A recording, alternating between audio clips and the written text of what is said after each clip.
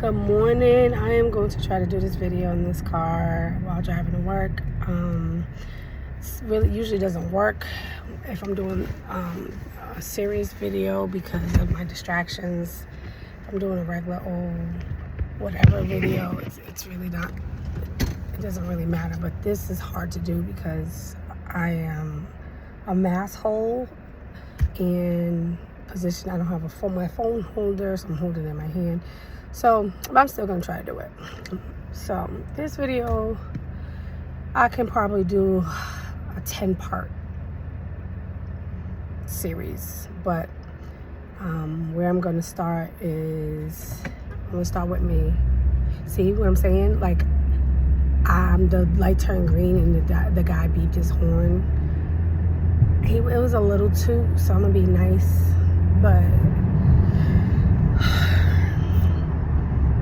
okay. It's about friendships. I'm gonna start with me and my perspective, of course, of just a little bit about friendships. To elaborate about my history of friendships, I've had a friend or best friend since I was a little girl.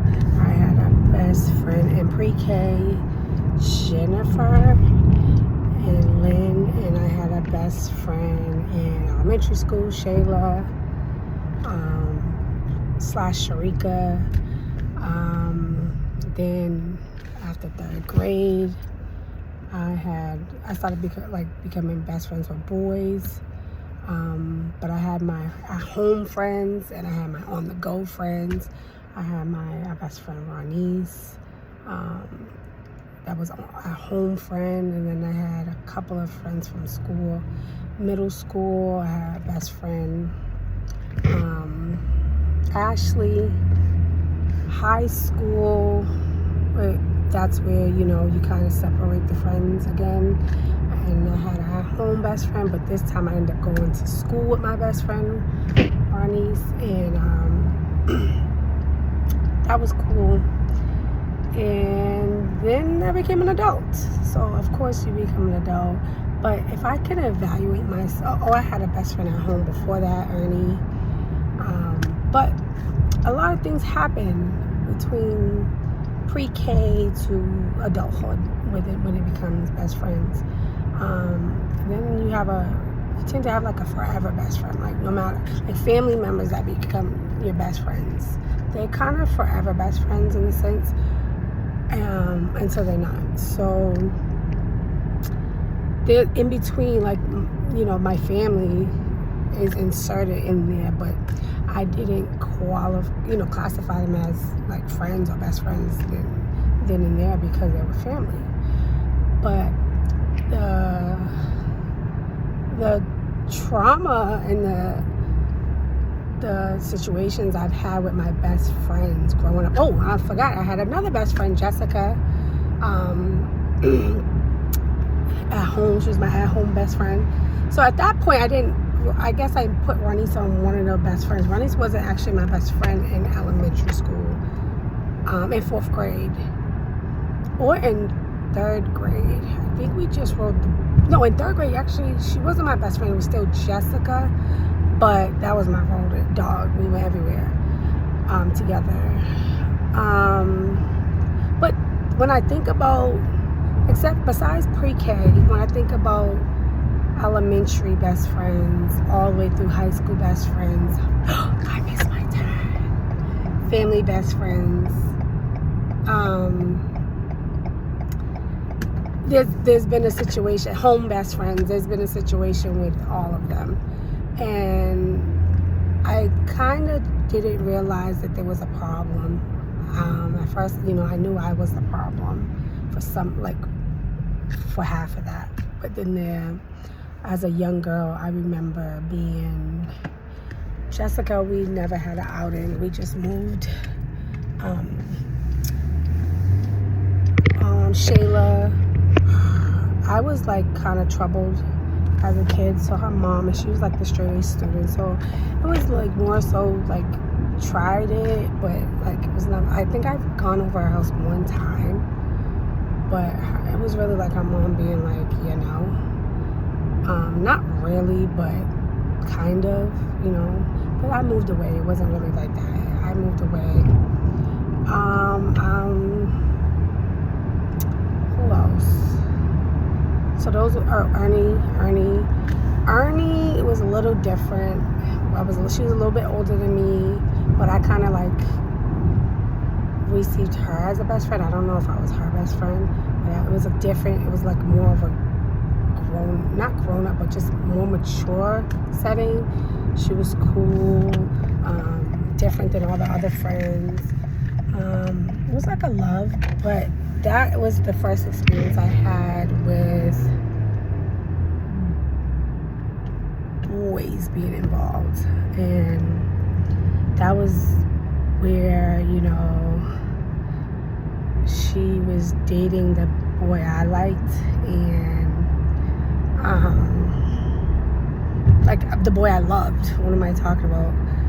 And I was a little girl, but I loved him, so is that. And that kind of did something. That was weird. But I didn't realize it psychologically. I didn't realize it. Like that did something. I kind of was like, well, that's my friend, and okay, that hurt me, but that's still my friend. You know, weirdly tried to mend, but I moved away, so that didn't last like that. But I kept trying to come back, you know what I mean, like to be around my friends. So I'm sharing this in depth because people have to realize, they have to become self-aware of where trauma bonds and trauma starts, and what is the repetitiveness of what you're doing in your relationships. And when you call it a friendship, it's a relationship. So this is what this video stems from. Like I said, this can probably be like a 20-part series, but I'm breaking it down. So after that happened, I ended up moving away. My best friend, Bernice, she ended up basically coming with me. So even though I moved away from her, like I said, we were travel road dogs. We went everywhere together. So wherever I was, she was. And her personality versus my personality were very different in the beginning. So I was always out there. I was very outspoken, loud sometimes. We both, though, were, like, she was hilarious. I love to laugh, and that's what I, you know, was very excited about, because she was freaking funny. And she was just different. Like, she was more subtle, more quiet, more observant in the background, not really like, hi, I'm out here, where I'm like, what's up, I'm here. She had a bunch of siblings, and yeah. When I moved, and I'm in middle school. No, in middle school, I didn't move in middle school. Maybe middle school or high school, I don't remember. But in middle school, my relationship with Ashley, 6th grade, we come in. You know, first it was like, I knew her from cheerleading, and I wasn't feeling her vibe. But then we ended up being in the same class. Clearly made sense, because something was a little off with her to me, because she kicked me. I'm like, what the heck is wrong with this girl kicking me? But we ended up being cool, and beyond cool. That was my girl. Red and blue, anything, Mitch and Match, whatever. She was my girl. 6th grade, I wouldn't let nobody touch her. You know, don't touch her, whatever. People didn't like her. It was weird. She had a bubbly personality. But she's obsessed with boys. She loved boys, and I wasn't really there yet. Even though I was, you know what I'm saying, like I said, but I wasn't like obsessed. Even though I was, but it wasn't like him. It was just like him, you know. But when I got to middle school, things were like really, really interesting. So much fun. Best days of my life, mostly started in middle school. But me and her mom ended up getting into it, because it was one of those things where her mom thought, well, you're hanging with this girl and she's the one getting you in trouble. In reality, it was like, nah, she's the one suggesting, your daughter's the one suggesting all these things to do, and she's telling me to basically get her out of it, to call you and do it, and I'm doing it. I'm showing up like that as a friend. And so me and her mom got into a physical altercation. So that ended that. We ended up graduating. then I had neighborhood friends, not really best friends, because like I said, Ronnie's was there, but I had other neighborhood friends. So people I would associate myself with, people I would hang out with, chill with, whatever, vibe with, whatever. So then we get to high school, where I started becoming really close with males. Even though in elementary school I had a lot of male friends, and middle school I had a lot of my friends. But I had like male road dogs, where Ronnie didn't go to my high school just yet. So we would I would go home and we would get together, or, you know, things like that. So things started to change. I'm probably missing a couple of best friends in here, but I can't think of them. So I doubt it. But in high school, I had my guy. He wasn't really my best friend. But he was my guy. DeJuan, he was my guy. That was my guy. He became one of my road dogs. I went places with him or whatever. But he was like a protector more so. So I wouldn't really classify him in this conversation. I guess I could at one point in time, but we'll see if that comes up. But I think it was more so Ronnie's. So after school, I would get up with her or her sisters, and we would just chill, vibe, do whatever. So I'll start here. I'll start with Ronnie's. I talked about Ernie, and that's the start of the weirdness for me. But I could even start before Ronnie's, actually, because this is about me as a friend first, right? So as a young friend, you hang out with boys, you do X, Y, and Z.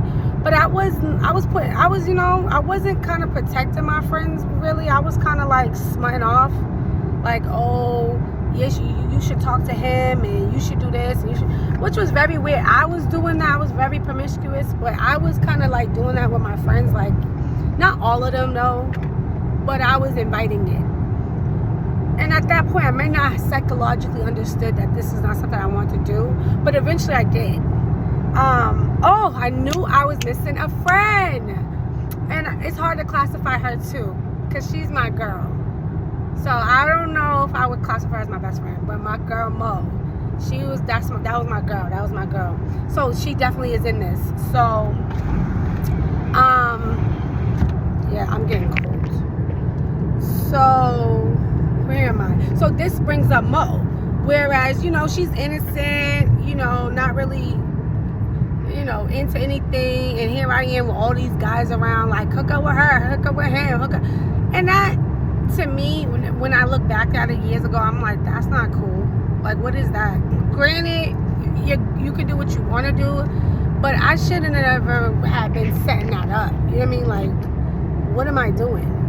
But and at that point, I did understand what I was doing. I had male friends, and I'm like, I got a girlfriend. I got a girl for you. That ended up changing to me not caring if my friends mess with the dudes I mess with, because I did what I wanted to do, which is a very weird thing to do, right? But I didn't realize it was weird. I thought it was normal. But there was a sneakiness behind that when I did things like that. A little bit. Sometimes. Most of the time. Often. But there was sometimes I just didn't care. And I would hook up my friends, these are really my friends, with guys I used to talk to or guys I've slept with. And it took a couple of years later when one of my girls was like, why are you doing that? And I'm like, what do you mean? I don't know. And I'm not I don't know person, so I didn't like that answer. So then I went back and I started reflecting, like, why? Like, what? Okay, they're saying that's not normal. I'm not a normal thinker. I do have common sense, though, but yet and still it made me really sit down and reflect. Okay, why? Why am I doing that? What is that about? So I'm gonna try to pause this video here and make another video on that operation of my friends and guys I dealt with.